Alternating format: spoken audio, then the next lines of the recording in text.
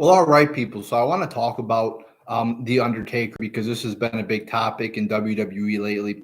And it looks like he might retire. He may be retiring. They did a little vignettes on SmackDown yesterday about him retiring. And you might say, well, ruthless ranter, I thought you liked the Undertaker. Why are you ranting on his retirement?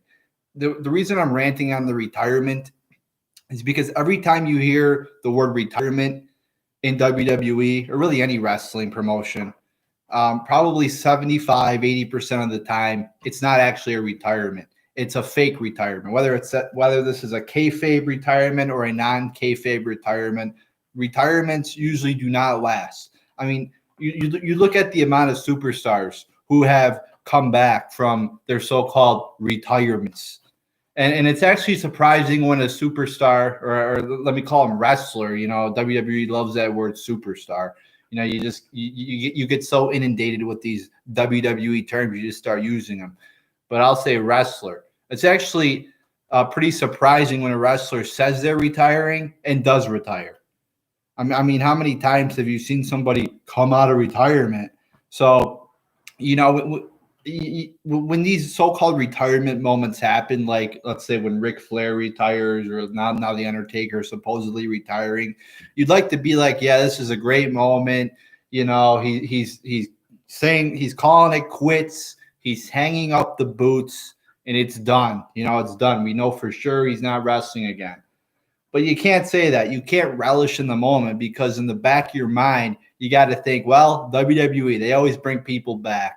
And retirements hardly stick. I mean, look at Ric Flair, right? He did his last match with WWE, right? Then he goes and wrestles for TNA. It's like these retirements never fucking last. And that's what I wanted to rant on. I mean, I like Undertaker. He's obviously a legend, but I just hate all these retired. I mean, what happened when he faced Roman Reigns, right? He folded up his clothes very nicely or whatever the fuck, left his boots in the ring, and everybody thought that's it. He's done. No, he's not done. Like, I can't take this, like, and then they always have these retirement stipulation matches, right? If this person loses, then their career's over. They can no longer wrestle because they're forced to retire. But that never happens. If the person loses, then they're going to come out of retirement, right? Look at Shawn Michaels, right? Here, just another example. Shawn Michaels, right? Wrestles the Undertaker. Great match, retires. Then he comes back, fucks it up, and wrestles a fucking shitty ass match in Saudi Arabia. Like, no, these people can't stay retired. It's just crazy. They have to come back and ruin their legacy. They can't just call it quits. It's crazy. And like I said, it would be nice when you hear that word retirement, whether it's kayfabe or not, to actually believe it's going to happen. But when people call it quits, they always seem to fuck it up. And it would probably be better if these people didn't come back, because they usually end up taking something that was great. Most of these people had like a great 20-year career. They were legends, top guys, and then they come back 20 years past their prime and they embarrass themselves. I mean, I'm glad there's some guys like Steve Austin that decide to not come back. A lot of people clamor, oh, I want to see another Austin Punk. I mean, but he had a great career. Let's move on. Let's start creating new stars, right? We don't have to bring everybody out of retirement. Like, we got a lot of talent on the roster as it is. And then everybody's saying, oh, thank you, Taker. Thank you, Taker. I've heard this like 3 times now in the last 5-6 years. People saying thank you, Taker, because you get all these reports coming. Oh, it's Undertaker's last WrestleMania. No more Undertaker matches, right? No more. Oh, then he comes back.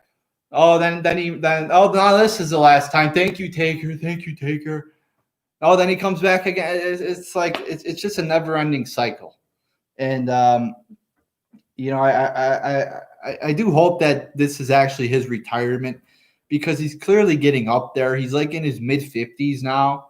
Like, there's no reason why, you got to rely that you should have to rely on guys like Undertaker to make WrestleMania enjoyable. Like, there should be superstars on the current roster that WWE has created over the last decade that people are like, yeah, that guy's a draw. I really want to watch them. But I always say this. You look in the last 10 years, has WWE really created a new superstar? I mean, you could argue Cena's a superstar. He definitely got a lot of boos, but that was more of the 2010 era. I'm talking from 2010 to 2020. Has WWE created a new star, a new name out there that people are, I know who that is, or even that like the average person on the street knows who that person is? No, I mean, not really. I mean, you could argue like AJ Styles is a star. I don't know if he's reached like the level of the Austins and the Rocks and the legend, like that legend status that so few have reached. But then you also can make the argument that AJ Styles was in TNA before this and really developed his career and was made a star in TNA, right? And then he came to, but he doesn't really have like a character that really sets him apart. I mean, Austin has like, the Austin character, right? The Stone Cold, Stone Cold, as JR says. But does AJ Styles really have a gimmick that sets him apart from everybody else? And I mean, he's a great wrestler. There's no doubt about that. But yeah, when I saw this Undertaker and he didn't even say it for sure, by the way. He's like, I think I'm going to retire. I think this is my last match. I don't have any urge to go back. Oh, you know what that means when people say they don't have any urge to go back?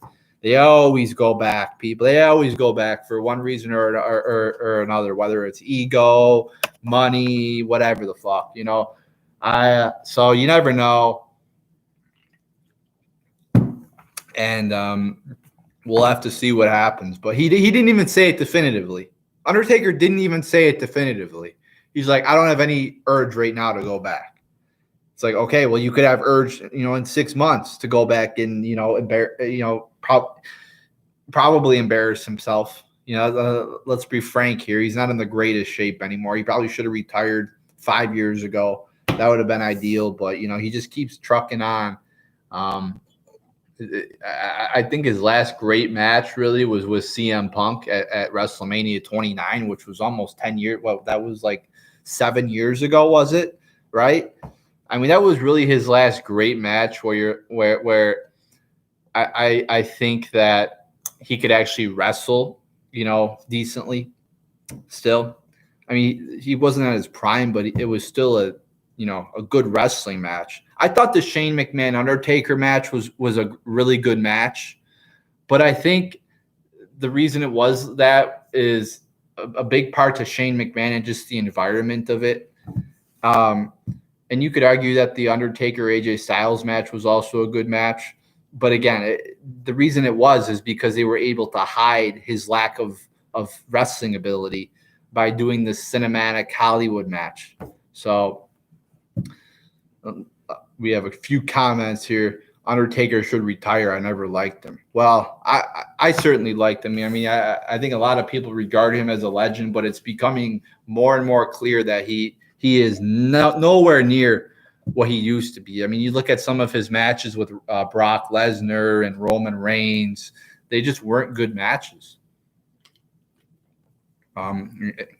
Goldberg.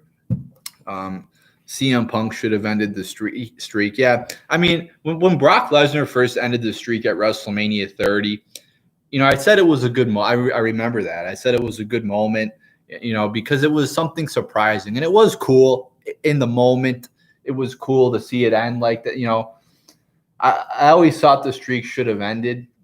But I think that ending the streak is a big fucking deal. So if somebody's going to end the streak, you would have preferred to give it to somebody who isn't, who hasn't reached that legendary status yet. Brock Lesnar he's already, as over as he can be. There's no way that, he can really beat anybody and get more, cred, like if they would have given it to somebody who could actually use that momentum to become a top star, like a like a CM Punk or a Seth Rollins or a Kevin Owens, whoever, AJ Styles even, right? If they could have given that that momentum to somebody who needed it, that would have been ideal. But like again, Undertaker, I don't know. He was saying WrestleMania 30 might be his last year. So they're like, well, we might as well end it anyway if this is going to be his last year. But then it wasn't his last year. He's still wrestling 6 years later. So, and by the way, if WrestleMania 36 was his last match, they should have put AJ Styles over. They made AJ, you could argue that was a good match, whatever the fuck, right? A good match. But they made AJ Styles look like shit because he lost that match.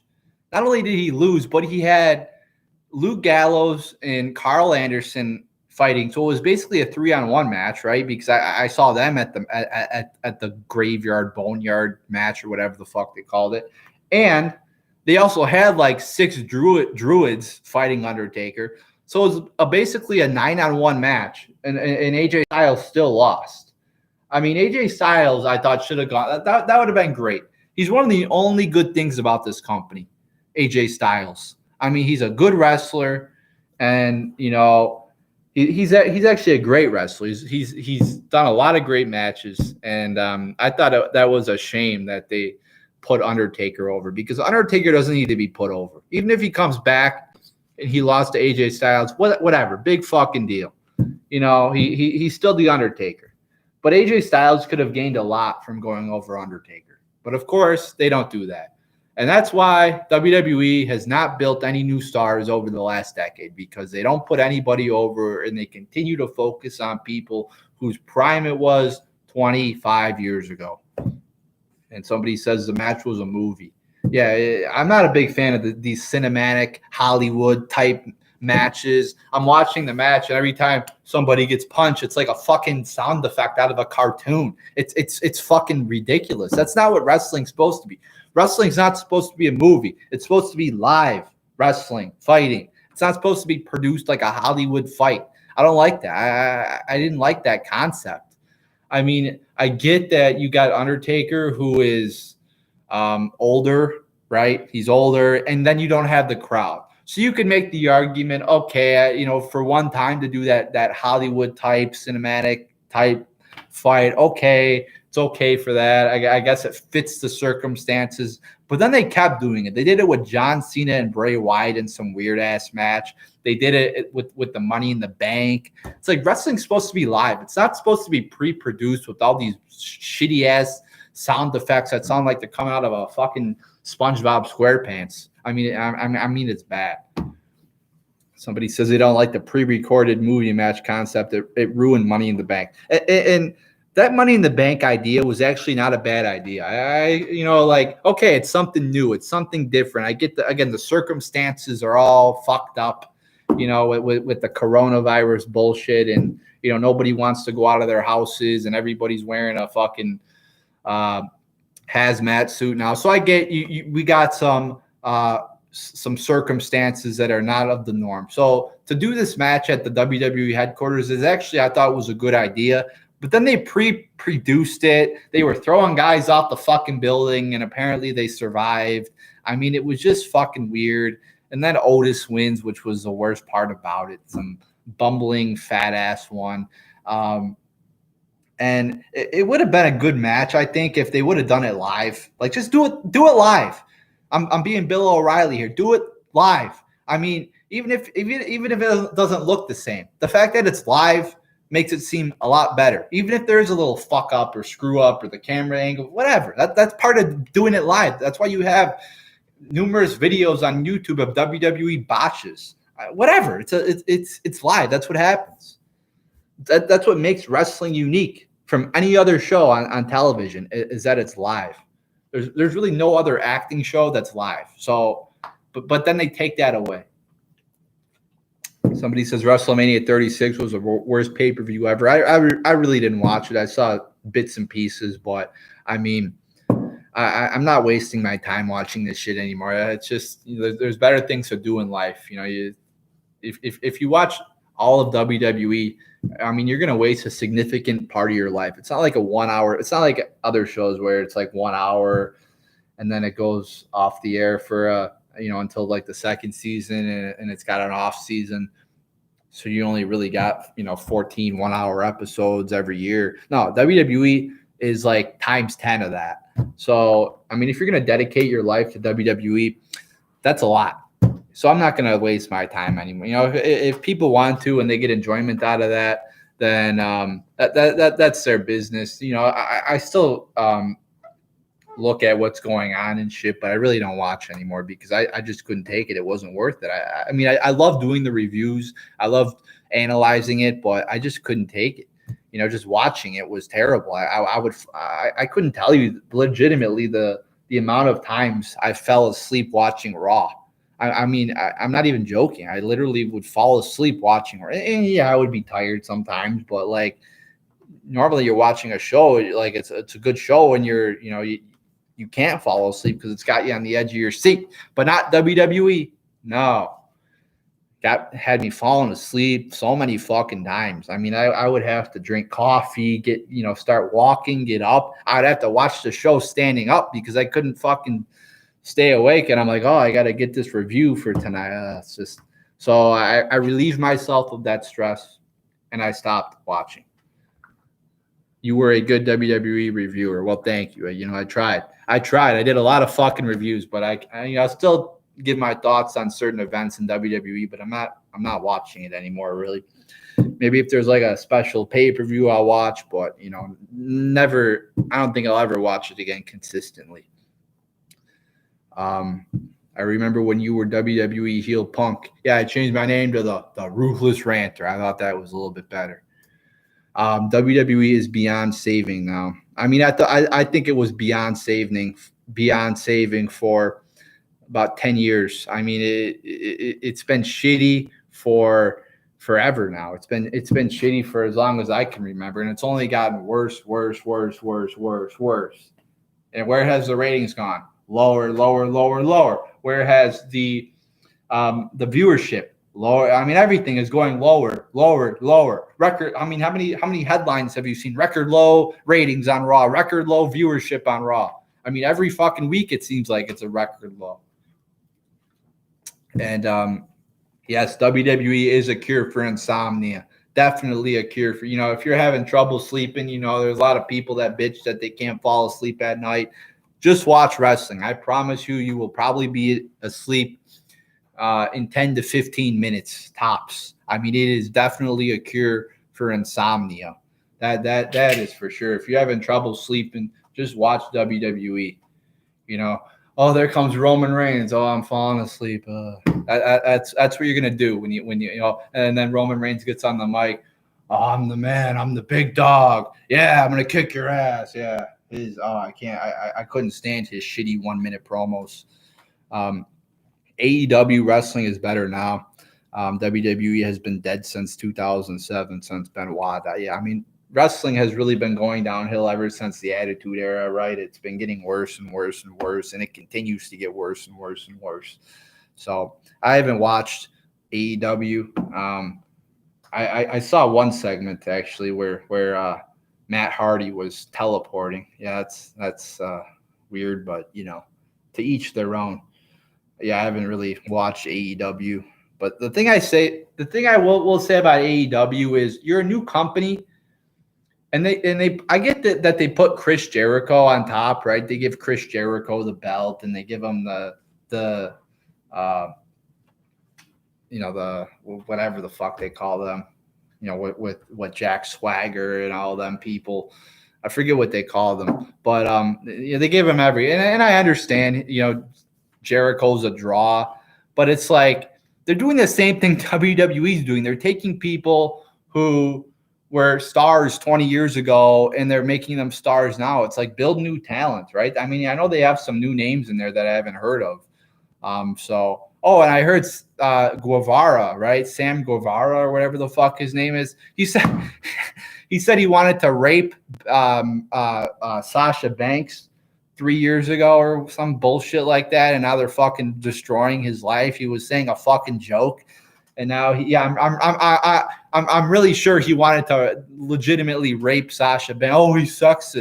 He was probably making a joke. Can't say anything nowadays. You know, you're joking around. You can't say anything. So got to be careful what you say, people, especially in today's day and age where everybody's being canceled and called a racist. You got to be careful. Don't say anything. Delete all your social media channels. Or if you do have them, at least be anonymous because, you know, they could fucking destroy you. All these people who are acting like, oh, I'm perfect. I never said anything. I never did anything bad. Oh, but this person said jokingly they wanted to rape. Probably, I think it was a joke. There's no way he legitimately said that and was serious. He was joking. He terrible. Destroy Sammy. Fuck that bullshit, man. Let's stand up for people.